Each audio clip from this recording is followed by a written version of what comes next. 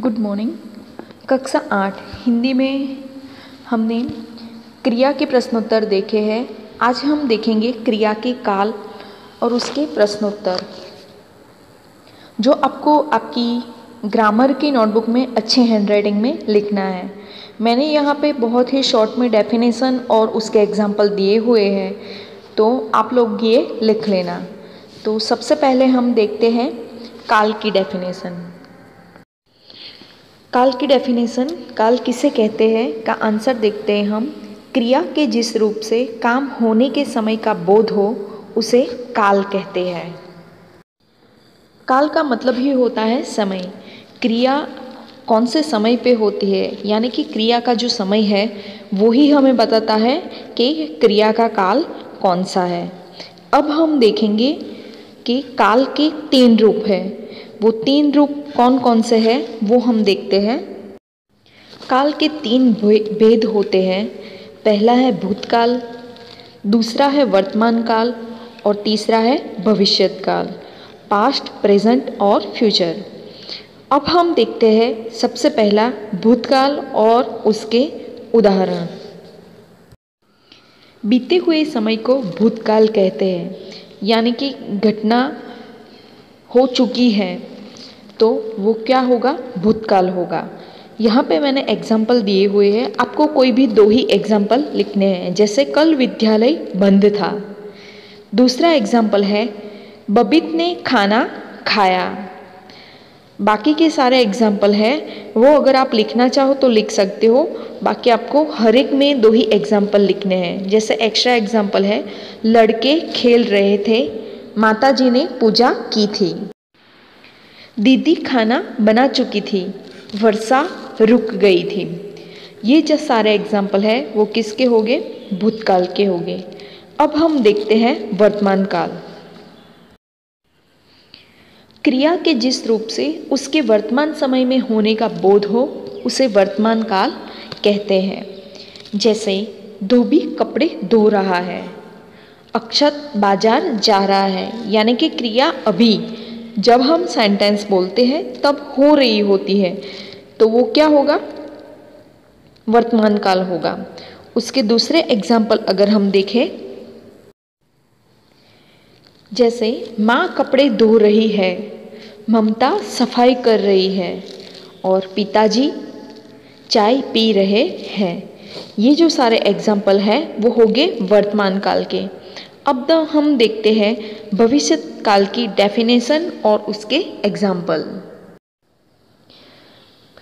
क्रिया के जिस रूप से कार्य के आगे आने वाले समय में होने का बोध हो उसे भविष्य काल कहते हैं, यानी कि क्रिया अभी हुई नहीं है लेकिन होने वाली है, वो दर्शाने वाला जो है वो क्या होगा, भविष्य काल होगा। जैसे हम उसके एग्जाम्पल देखें तो उसके एग्जाम्पल है, हम ताजमहल देखने जाएंगे, सीता प्रतियोगिता में भाग लेगी। यहाँ पे हम देख सकते हैं कि ताजमहल देखने की जो क्रिया है वो अभी तक हुई नहीं है लेकिन होने वाली है। और दूसरी भी है प्रतियोगिता में सीता ने भाग लिया नहीं है लेकिन वो क्या करने वाली है, लेने वाली है, इसीलिए ये होगा भविष्यत काल। अब हम देखते हैं भूतकाल। भूतकाल के 6 उपभेद हैं। हमने भूतकाल की डेफिनेशन और उसका एग्जाम्पल देखा। अब उसमें भी 6 भेद है, वो कौन कौन से हैं, उसके एग्जाम्पल और उसकी डेफिनेशन हम देखेंगे। सबसे पहला है सामान्य भूतकाल। जब क्रिया सामान्य रूप से भूतकाल में संपन्न होती है तब वह सामान्य भूतकाल कहलाता है। जैसे अक्षत ने पत्र लिखा, वर्षा हुई। ये दोनों सेंटेंस सामान्य भूतकाल के हो गए, जिसमें हमें क्या पता चलता है कि क्रिया सामान्य रूप से हो चुकी है। दूसरा है आसन्न भूतकाल। क्रिया के जिस रूप से यह ज्ञात हो कि क्रिया कुछ देर पहले समाप्त हुई है उसे आसन्न भूतकाल कहते हैं। जैसे कल वर्षा हुई थी, मैंने पाठ पढ़ा था। आसन्न भूतकाल क्या होता है, हम जब सेंटेंस बोल रहे होते हैं उससे थोड़ी देर पहले क्रिया खत्म हो चुकी होती है। तीसरा रूप है पूर्ण भूतकाल। क्रिया के जिस रूप से यह ज्ञात हो कि क्रिया को हुए बहुत समय बीत गया है, उसे पूर्ण भूतकाल कहते हैं। और उसके एग्जाम्पल हम देखें, भावना पत्र लिख चुकी थी। दूसरा एग्जाम्पल है माँ पूजा कर चुकी थी। ये दोनों एग्जाम्पल आप लोगों को लिखने हैं। अगर आप इसके अलावा खुद के एग्जाम्पल बना के लिखना चाहो तो भी बहुत अच्छी बात होगी। चौथा हम देखें अपूर्ण भूतकाल। पूर्ण से अपोजिट है ये, अब तो आप लोगों को याद भी हो गया होगा। क्रिया के जिस रूप से यह पता चले कि क्रिया भूतकाल में हो रही थी परंतु समाप्त नहीं हुई थी, उसे अपूर्ण भूतकाल कहते हैं। जैसे वर्षा हो रही थी, इसमें क्या कहा गया है कि क्रिया शुरू तो हो गई है लेकिन अभी तक समाप्त नहीं हुई है, इसीलिए उसे क्या कहते हैं, अपूर्ण भूतकाल कहते हैं। जैसे यहाँ पे एग्जाम्पल है वर्षा हो रही थी, यानी कि बारिश तो हो रही थी लेकिन अभी ख़त्म हुई वो पता नहीं है। दूसरा है लड़कियां नृत्य कर रही थी, अध्यापक विद्यालय जा रहे थे। ये दोनों एग्जाम्पल अपूर्ण भूतकाल के हो गए। पांचवा है संदिग्ध भूतकाल। भूतकाल की जिस क्रिया के करने या होने का संदेह का बोध हो उसे संदिग्ध भूतकाल कहते हैं। मैंने आगे भी समझाया है, संदिग्ध यानी शंका या संदेह। उसके एग्जाम्पल हम देखें, अजय ने खाना खाया होगा। जब ये सेंटेंस बोला जाता है तब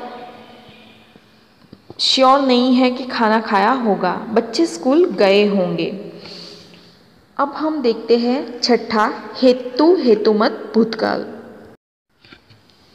यदि भूतकाल में क्रिया के होने या न होने पर दूसरी क्रिया का होना या न होना निर्भर करता है, उसे हेतुमत भूतकाल कहते हैं। यहाँ पे हमने देखा था कार्य कारण संबंध, जिसमें एग्जाम्पल हम देखें, यदि तुम आते तो काम पूरा हो जाता। यहाँ काम पूरा होने की जो क्रिया है वो किसके साथ जुड़ी हुई है, किसी के आने के साथ जुड़ी हुई है। दूसरा है यदि वर्षा रुक जाती तो बाढ़ न आती। बाढ़ कब न आती, जब वर्षा रुकी हुई होती तो ये दोनों क्रिया एक दूसरे के साथ जुड़ी हुई है, इसीलिए उसे हेतुमत भूतकाल कहा जाएगा। अब हम देखेंगे वर्तमान काल के भेद। वर्तमान काल के 3 भेद हैं। पहला है सामान्य वर्तमान काल, दूसरा है अपूर्ण वर्तमान काल और तीसरा है संदिग्ध वर्तमान काल। सबसे पहले हम देखेंगे सामान्य वर्तमान काल के डेफिनेशन और उसके एग्जाम्पल। तो देखते हैं हम सामान्य वर्तमान काल। क्रिया के जिस रूप से क्रिया का वर्तमान समय में सामान्य रूप से होने का पता चले उसे सामान्य वर्तमान काल कहते हैं। जैसे रजत खाना खा रहा है, रजनीश पढ़ता है। ये दोनों हैं वो क्या है, वर्तमान काल का रूप है, जिसमें क्या आएगा, सामान्य वर्तमान काल आएगा, क्योंकि क्रिया वर्तमान समय में हो रही है इसीलिए। दूसरा हम देखेंगे अपूर्ण वर्तमान काल। क्रिया के जिस रूप से वर्तमान काल में उसके पूर्ण न होने का बोध हो उसे अपूर्ण वर्तमान काल कहते हैं। यानी कि क्रिया शुरू हुई है लेकिन अभी पूरी नहीं हुई है, तो उसे क्या बोलेंगे, अपूर्ण वर्तमान काल कहेंगे। जैसे कोमल नाच रही है, वह विद्यालय जा रहा है। ये दोनों सेंटेंस अपूर्ण वर्तमान काल के एग्जाम्पल है। तीसरा देखते हैं संदिग्ध वर्तमान काल। क्रिया के जिस रूप से उसके वर्तमान समय में होने में संदेह का बोध हो उसे संदिग्ध वर्तमान काल कहते हैं। जैसे अंशु आ रही होगी, सुनीता पढ़ रही होगी। यहाँ पे दोनों एग्जाम्पल हम देखेंगे। अंशु का आना और सुनीता का पढ़ना दोनों में क्या है, शंका है। मतलब जब हम सेंटेंस बोलते तब पता चलता है कि वो ये क्रिया कर रहे होंगे, लेकिन हम पक्का नहीं कह सकते कि करते ही है, इसीलिए ये आएगा संदिग्ध वर्तमान काल में। तीसरा हम देखें भविष्य काल, तो भविष्य काल के भी 3 भेद है। यहाँ पे 2 दिए हैं लेकिन आपकी टेक्स्ट बुक में 3 है, तीसरा मैंने लास्ट में दिया है। देखते हैं हम सामान्य भविष्यत काल, संभाव्य भविष्यत काल और तीसरा हम सीख चुके हैं हेतुमत भविष्यत काल। उसकी डेफिनेशन और एग्जाम्पल भी मैंने दिए हुए हैं जो आपको आपकी नोटबुक में लिखने हैं। पहला हम देखते हैं सामान्य भविष्यत काल। क्रिया के जिस रूप से यह पता चले कि क्रिया का व्यापार आने वाले समय में सामान्य रूप से होगा, उसे सामान्य भविष्यत काल कहते हैं। भविष्य काल का मतलब ही होता है फ्यूचर। फ्यूचर में अगर कोई क्रिया या कोई कार्य होने वाला है तो वो क्या होगा, भविष्यत काल कहलाया जाएगा। जैसे हम एग्जाम्पल देखें, सीमा पढ़ाई करेगी, दूसरा है अनन्या खाना बनाएगी। यहाँ पे पढ़ाई करेगी और खाना बनाएगी दोनों क्रिया हुई नहीं है लेकिन होने वाली है, इसीलिए इस प्रकार के जो सेंटेंस हो गए वो सामान्य भविष्यत काल के एग्जाम्पल हो गए। दूसरा हम देखते हैं संभाव्य भविष्यत काल। संभाव्य का मतलब ही होता है संभावना। देखते हैं हम डेफिनेशन। क्रिया के जिस रूप से किसी काम के भविष्य में होने की संभावना प्रकट हो उसे संभाव्य भविष्यत काल कहते हैं। जैसे शायद वर्षा होगी, दूसरा है शायद वह तुम्हारे घर आए।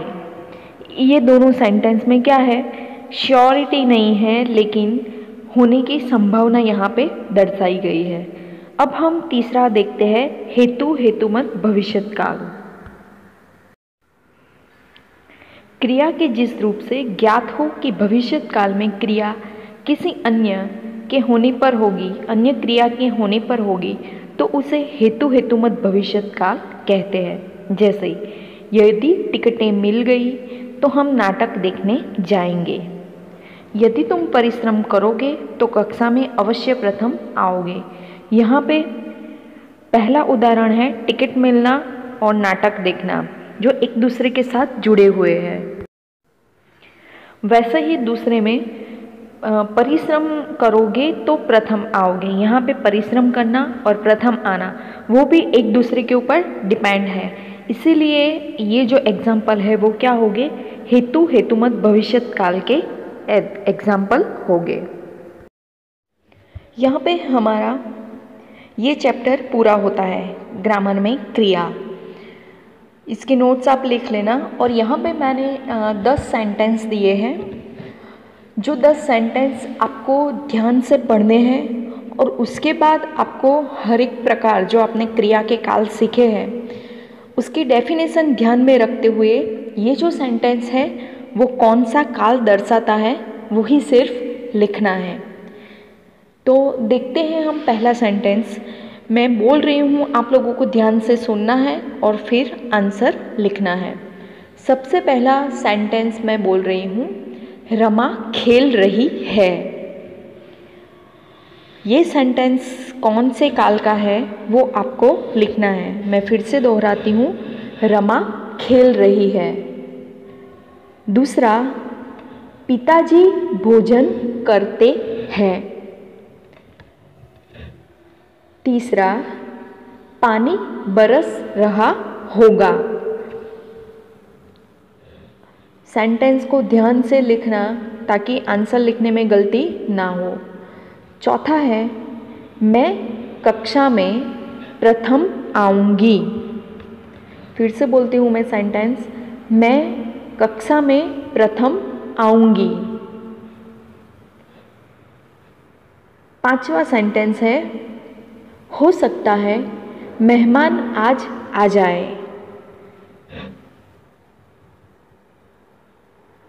उसके बाद नंबर 6, यदि बारिश हुई तो फसल अच्छी होगी। यदि बारिश हुई तो फसल अच्छी होगी। उसके बाद का सेंटेंस है, मनीषा ने रोटी खाई। फिर है, मैंने होमवर्क कर लिया है। और लास्ट सेंटेंस है हमारा, भैया विदेश के लिए रवाना हो गए हैं। ये सारे एग्जाम्पल आपको काल की डेफिनेशन और उसके जो उदाहरण है उसे अगर आपने ध्यान से देखा होगा, समझा होगा, तो आपको तुरंत इसके आंसर आ जाएंगे। आपको कुछ नहीं करना है, ये सेंटेंस लिख के सिर्फ कौन सा प्रकार है काल का वो ही लिख देना है। आशा करती हूँ कि आपको ये काल वाला चैप्टर और क्रिया के जो काल है वो सारे समझ में आ गए होंगे। तो अच्छे हैंडराइटिंग में इसे नोटबुक में लिख देना। धन्यवाद।